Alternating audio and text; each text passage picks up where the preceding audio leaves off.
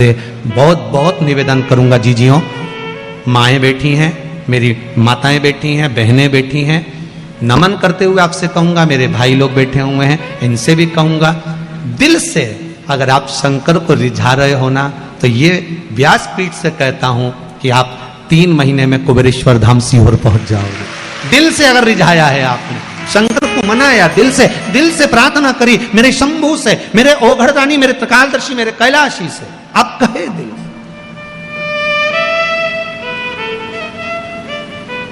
बुरी चाहे शंभो शरणे मांगू घड़ी रे दुख काटो दया करी ने दर्शन आपो।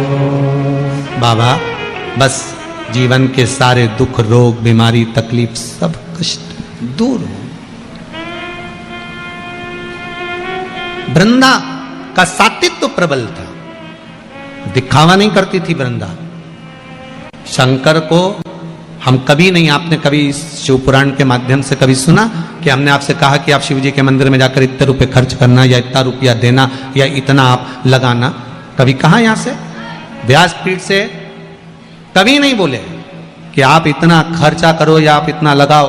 व्यासपीठ से इतना जरूर बोले हैं कि 1 लोटा पानी, या कभी बोला होगा तो फूल या शमी पत्र या बेल पत्र, और बोला होगा तो तुम्हारे घर में जो सामान होगा वही बताया होगा, शहद है, घी है, या शमी पत्र है, या पीपल का पत्ता है, या आदि कादि, काली तिल, काली मिर्च आदि कादि जो भी होगा वही आपके घर में जो है वो शिव को दो। जो तुम्हारे पास है वो भगवान को दो, भगवान उसको स्वीकार करेगा।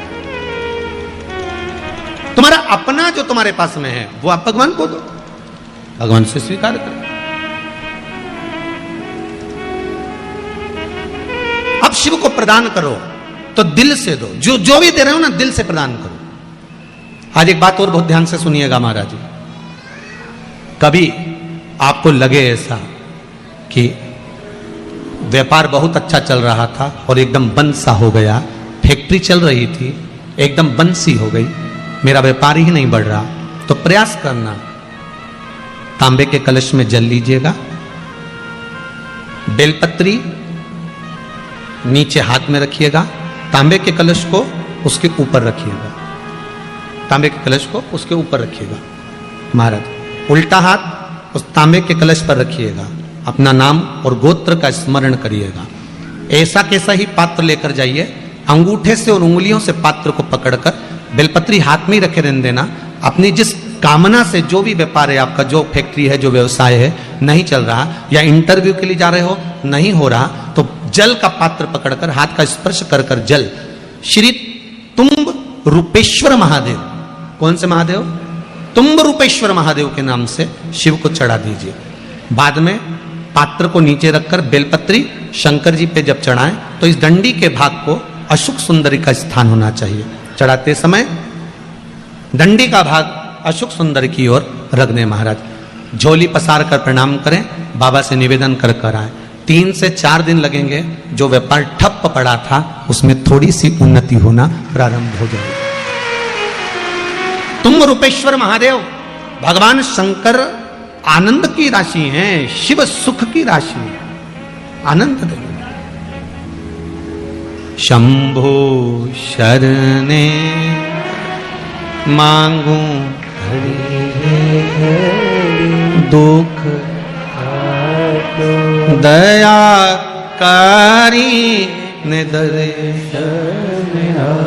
भगवान शिव ओघड़दानी, त्रिकालदर्शी, कैलाशी, अविनाशी शंकर के चरणारविंद का रस स्वादन सुख दे। महाराज माता वृंदा देवी का सात्वित्व प्रबल था, कैसे मारा जाए? शंकर भगवान ने भगवान विष्णु से कहा, मैं इसका सात्वित्व प्रबल है इसलिए मार नहीं सकता, इसका सात्वित्व जब डोलेगा तो मैं इसको मार सकता हूं। तो सात्वित्व कैसे डोलेगा? तो भगवान विष्णु ने कहा, एक काम करता हूं, मैं जलंधर बनकर उसके घर में जाता हूं, आप जलंधर को युद्ध के मैदान में ले जाइए,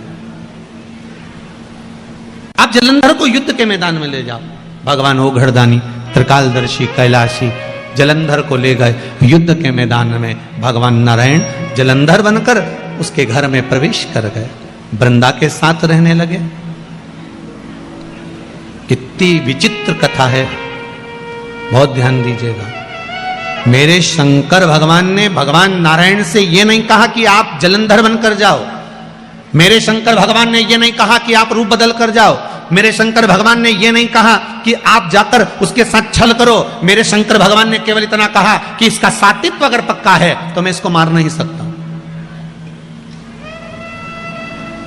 अगर सातित्व पक्का है तो मैं इसको नहीं मार सकता, मैं इसको संहार नहीं कर सकता। अब जाएं ना जाएं वो आपके ऊपर।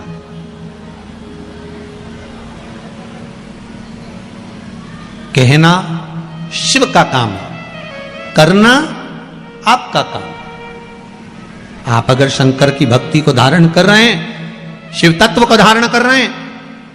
एक माता जी ने लिखा है, गुरुजी आपने अभी और बहुत सारे पत्र तो यहां पड़े हुए हैं, ये पढ़े नहीं है परंतु उम्मीद है बाबा का। एक पत्र में लिखा है कि आपने जो सावन के महीने में शिवरात्रि का पूजन कराया था, उस समय पर मेरे हाथ में उस पूजन के 15 दिन पहले पैरालिसिस आ गया था। एक भाग पूरा काम करना बंद कर दिया था। फिर भी मेरे बेटे और बहू ने वो सावन के महीने की शिवरात्रि पर रात को जो अभिषेक करा, काली मिर्च उसमें समर्पित करी, उसी में से एक काली मिर्च उठाकर मैंने वो काली मिर्च खाई और बाबा की कृपा से 15 दिन के अंदर मेरा हाथ काम करना चालू कर दिया। ये विश्वास आपका था, ये भरोसा आपका था।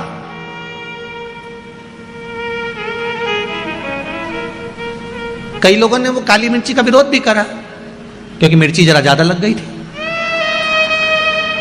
अब जो नी पड़ता है उसको तो मालूम ही नहीं कि काली मिर्ची का वर्णन लिखा हुआ है। पहले भी हमने सियोर व्यासपीठ से कहा कि इस अध्याय में, इस श्लोक में, इस जगह पर लिखा हुआ है कि शंकर को काली मिर्ची चढ़ती है। बोला था कि नहीं बोला था?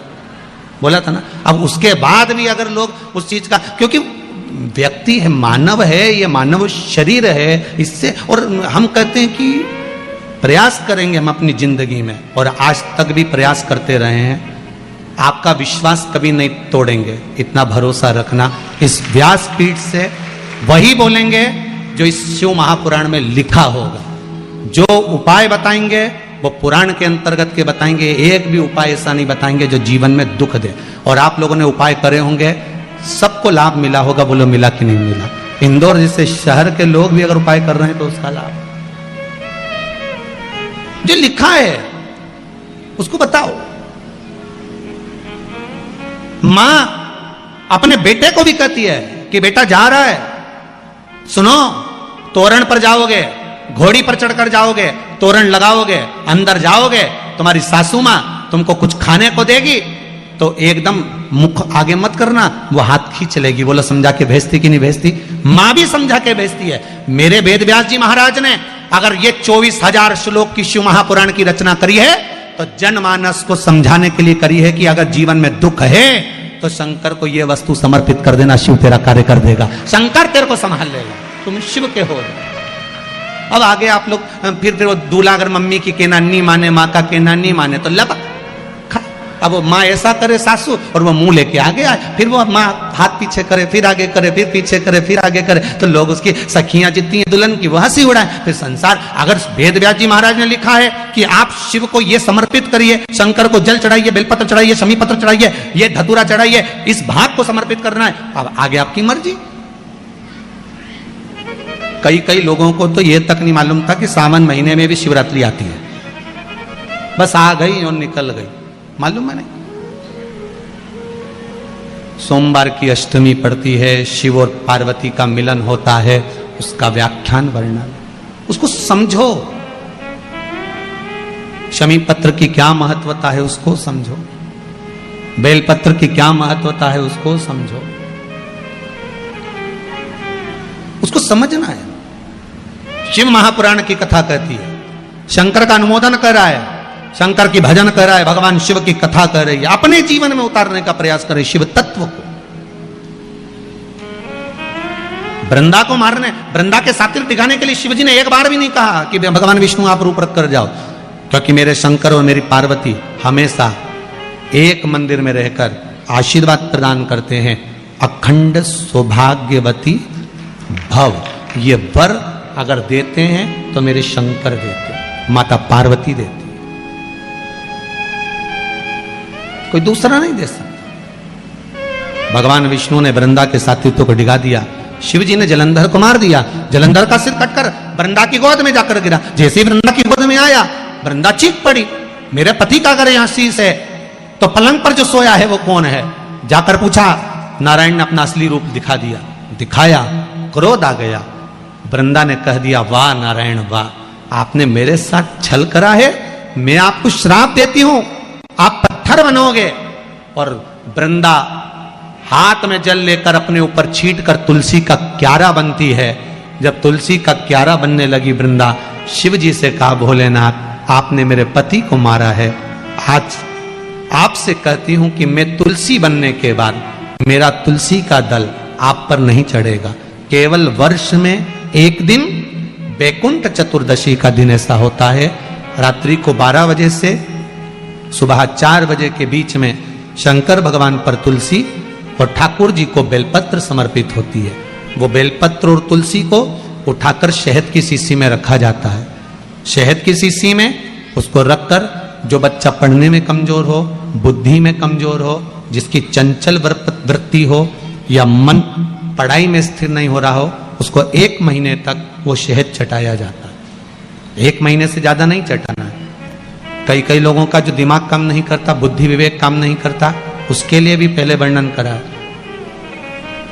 कि गाय जब अपने बछड़े को दूध पिलाए और बछड़े के मुख पर जो फेन आए, उस फेन को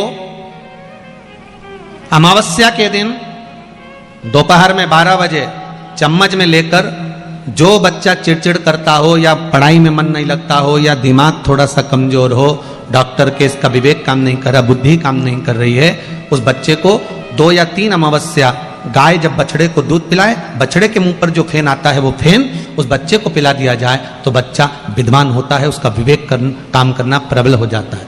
जिसके शरीर पर सफेद दाग पड़ गए हो, चर्म रोग हो गया हो, चमड़ी सफेद पड़ गई हो, पूर्णिमा के दिन गाय जब अपने बछड़े को दूध पिलाए, उस बछड़े का मुख में जो फेन आए उसको निकाल लीजिए।